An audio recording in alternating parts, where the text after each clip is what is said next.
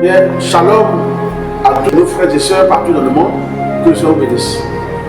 Et je voudrais bénir le Seigneur également pour l'occasion qu'il m'a donné encore de pouvoir prendre la parole. Et je veux dire merci à tous ceux qui nous suivent. Que la main du Seigneur véritablement se repose sur vos vies. Que cette main glorieuse vous accompagne partout où vous irez. Partout. Et vous seriez en ce mois, commencer ce nouveau mois de décembre, que le Seigneur vous fasse voir sa gloire. Bien, nous avons un thème donc que nous allons partager ensemble. Et il s'agit de l'autel. De quoi il est question? Et nous savions qu'aujourd'hui, pour que le Seigneur, comme il a dit dans le livre, n'est-ce pas, de Jean 3, verset 16, que Dieu a tant aimé le monde qu'il a donné son Fils Jésus-Christ, afin que quiconque croise en lui ne périsse pas, mais qu'il ait la vie éternelle. Alors, tant aimé, Dieu nous a aimés, mais ce n'est pas limité. Il a donné son Fils unique. Et un enfant aimé de Dieu que Dieu a donné pour nous. Et cet enfant-là est passé à l'autel. À Golgotha, ça s'appelle le lieu de crâne, c'est un autel. Et le sang de Jésus-Christ est versé la croix là-bas pour nous sauver, nous racheter. Et ainsi, il nous a montré la voie à suivre. Aujourd'hui, nous avions des gens qui bâtissent leur hôtel, qui ont des hôtels magnifiques, qui dérobent à partir de l'hôtel, qui détruisent à partir de l'hôtel, leurs hôtels bien sûr. Et lorsque l'hôtel est bâti, comme cela a été constaté dans la vie d'un certain prophète, alors il y avait Balaam et Balak. Balaam et Balak connaissaient leur histoire. Il a été demandé, n'est-ce pas, qu'il y ait un hôtel bâti pour freiner la marche du peuple d'Israël. Et vous connaissez cette histoire.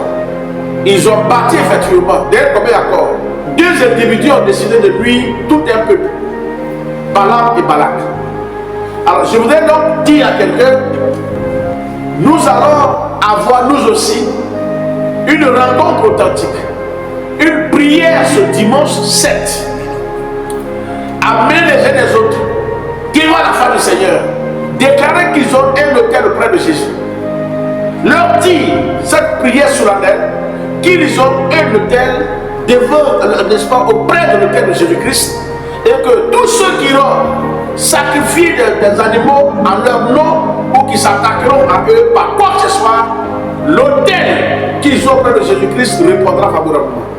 L'hôtel de Jésus-Christ a servi pour nous racheter et qui combat constamment pour nous. Et donc, il est dit comme ça que nous devons nous rendre compte qu'il est impératif que chacun ait son hôtel auprès de Jésus.